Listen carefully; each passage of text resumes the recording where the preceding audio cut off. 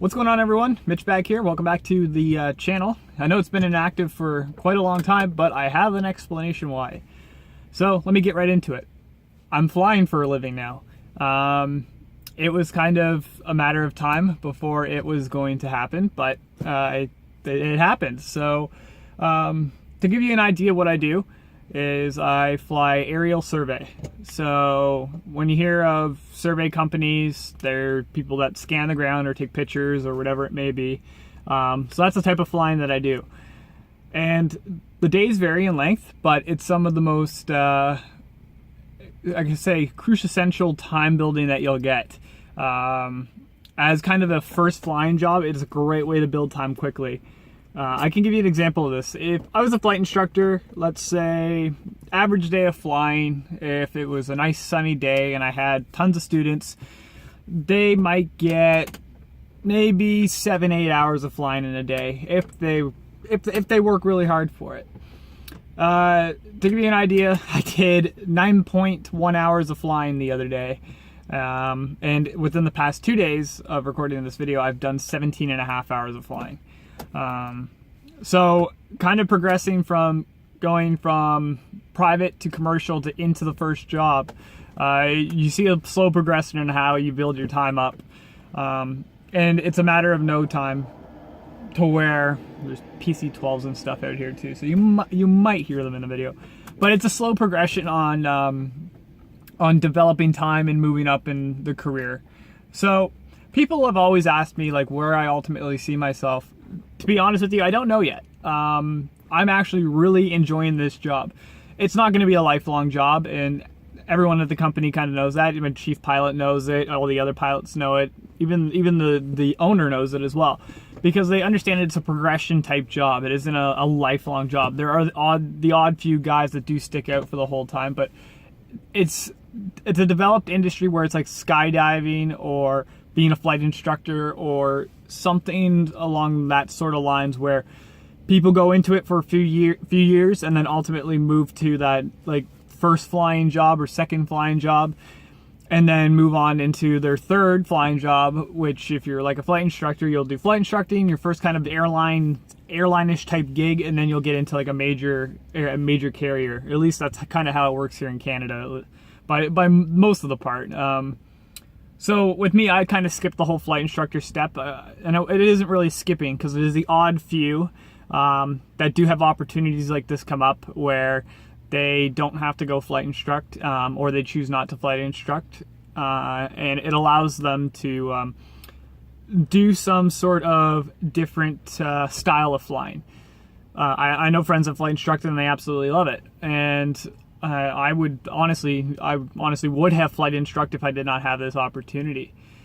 So to give you a little bit of an idea of what I do, it's all multi-PIC flying. So I sit in the left seat and I fly as pilot in command, and it's single crew. So the seat that I am in right now is the left seat, and then the seat behind me here with the blanket on it is the navigator's seat.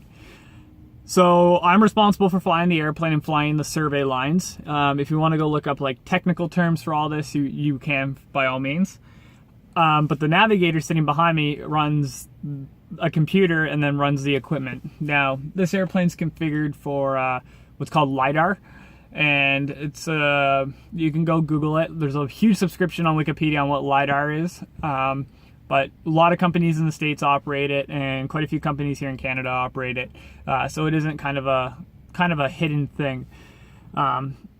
So to keep discussing what I do is I essentially, I'm a pilot for the whole time, but it can get relatively boring for the en route section of flight. So you have the startup, and then you have your takeoff, and you have your climb out, and then you get the cruise, you get the airplane leaned out, and then you get the display that shows you all the survey lines on it, and then you do that for like 3 or 4 hours.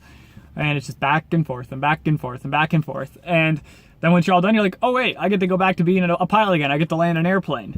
Because the back and forth part is, to be honest with you, it is challenging, but it's the easier part compared to having to go to a place and go get fuel. Is like, oh wait, I have to land this airplane. Like, this is what I've been taught to do, is land this airplane. So So yeah, I don't know. I like the job. I really do. It's fun. I get to fly Aztecs, and I'm just about to start up my Navajo training soon.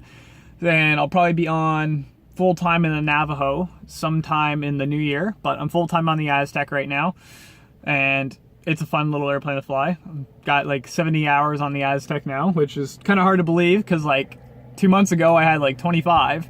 So I built up time quickly. I've gotten to know the Aztec quite well. And just a little bit of information about this Aztec I'm sitting in. 1975 model, or 1975 Aztec F model, normally aspirated. They made some with normally aspirated as well as some with turbocharged engines. We have turbocharged as well as the normally aspirated. So I'm sitting in the normally aspirated one. This is actually a nice one to fly. And we got some nice instrumentation too. This one's equipped with a GNS 530 or GTN 5. Not GNS. Yes, GNS 530. Yeah, the old style one. Yeah, it's right here in front of my eyes. I'm not looking at it. As well, we have a G4 Insight graphical engine monitor, also known as a GEM. All our airplanes have GEMs in them, which essentially allows us to track fuel flow, EGT, CHT, oil temp, oil pressure, to very precise decimal points compared to the old style gauges, which may not be as reliable. We cross-reference them, but the GEM has been considered more reliable and is more reliable to our calculations and our operations. So it allows us to stretch the endurance of the airplane within legal limits. So we operate daytime VFR, so we are required to have a 30-minute reserve for our commercial operations. So this airplane is equipped with 184 gallons usable, or is it? Yeah, 177 usable, 184 total, and that usually gives it about a 7.5 hour endurance with about 8 hours of fuel, which is pretty crazy to think about. We don't usually fly that much, but I flew 6.1. I flew with 6.1 leg the other day, and I barely had burnt the outboard tanks and still had the inboards to burn. So it shows you how long we can fly for, and it is quite a significant amount of flying. So let's take it into consideration why I haven't been posting on YouTube. So I've been in Quebec on and off for more so a month and a bit now. I'm actually been here for, it's going to be a week tomorrow, being Wednesday, and I'll be here till Friday, finishing up a job, and then I go home for Canadian Thanksgiving. So it's kind of nice because we do get normal holidays off, which is pretty cool. But to say it is a different type of flying job is for sure. It's not like a flight instructor where you wake up and you go to your flight school every day. It's more so you wake up with this job, and I could be in Quebec City tonight like I am right now, and I could reposition the airplane up to Chibougamau or Roberval or Latuque or Sept-Îles. I was in Sept-Îles a few weeks ago. So we do have quite a few jobs all over the place, Quebec being a big one. So I've had to kick my French into gear, but it is so fun to fly out in this region of Canada. The one thing I will give the Montreal FIR as well as the Quebec people is they absolutely know how to enjoy aviation out here compared to the people back in Ontario. It's kind of crazy. Ontario is just like this crap province of like hating aviation. Then out here, there's just airplanes everywhere, and people are just like, "Oh, you fly airplanes? That is so cool." So that was my terrible attempt of a French accent, by the way.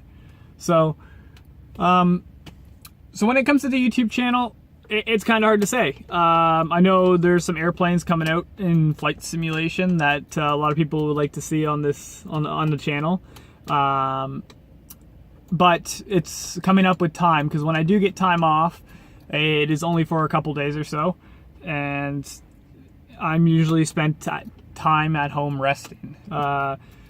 Last thing I'm more so thinking of is popping on to Flight Sim and making a YouTube video, but by all means, I hope with this job that I can share some experience of doing some survey flying. I do have my GoPros and stuff. I don't have them with me this time, but I do plan on doing some time-lapse based videos or some landing videos of the flying that I do, because my operations allow it, thankfully, compared to some major airlines that don't. So even one of our Navajos has like GoPro mounts like all in the airplane. So But yeah, I plan on doing some recording when I have the opportunity to. But as anybody will learn, when it comes to commercial operations, you have to focus on the job first. Safety is key. Getting the job done is key.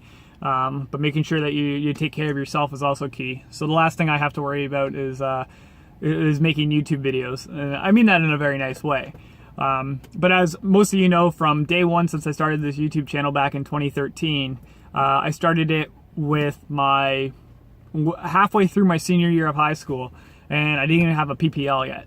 And you got to think that if you go back and watch probably 10 or 15 videos ago, I posted a video like, I got my PPL. And then like 3 videos later, I got my CPL. And then you look at this one now and it's like, I'm in Quebec City flying an Aztec for a living right now. So it's pretty crazy to think the progression and kind of the short stint you can look at over YouTube. But to be completely honest with all you guys, it's been just over a year and a half since I got my PPL, and it's totally doable. I'm almost at 400 hours total time now, and I'll probably bust that pretty close to the next week. And my chief pilot predicts that I'll have 500 by the end of the year. And he says about this time next year, I should be no problem pushing close to, pretty close to 1,500 hours total time. Because the amount of work that we do is pretty insane, but it's during it's a seasonal type thing. So I'll get some time off in the winter, which is nice, but I'll have to be ready to go when it comes to the springtime again. And the wintertime will allow me to kind of focus on doing some other things, some side projects, and be able to then hop back into this when it comes to springtime and fly this wonderful plane, as well as the Navajo. So yeah, I don't think I have much more to say. I hope to be able to share some experience with you guys on this channel as well as the Real Aviation channel. But there's not much more I really can say, as much as it's one hell of a job, and if you're somebody that's interested in becoming a pilot, I totally recommend it, because as much as you sit there and you go, wow, 14-hour duty day sounds like a busy day. It is a busy day, but it's so rewarding at the end of the day, or when you get a job done, you're like, wow, I did a job and I got paid to fly an airplane. Like, it's a very cool feeling to sit there and get your first paycheck for flying an airplane. I kind of had that moment the other day when I was like, wow, I get paid to do this. Like, this is my office. This is my office. Like, it's pretty cool. So thank you guys so much for the continued support. If it wasn't for your guys' support over the years, I wouldn't be sitting where I am today. And I think it goes without saying that there's going to be people that try to prove you wrong over the years. And no matter if it's online or if it's in reality, whatever it may be, the one thing that I did is I just stayed true to myself. And it really paid off in the end. Because I had people tell me that I wasn't going to be able to get paid to fly airplanes for a living. Well, I think I proved about 15 of them wrong just by sitting here today. So it feels really good. It feels good to be able to say that to myself, that I was able to prove somebody wrong, and just stuck true to what I believe in and what I want to do with my life. And look at where I am in Quebec City, flying an Aztec for an aerial survey company, and can't ask for much more at this point. So once again, thank you guys so much for watching. I hope you guys stay true to yourselves, and until next time, blue skies, white clouds. I'll see you guys soon.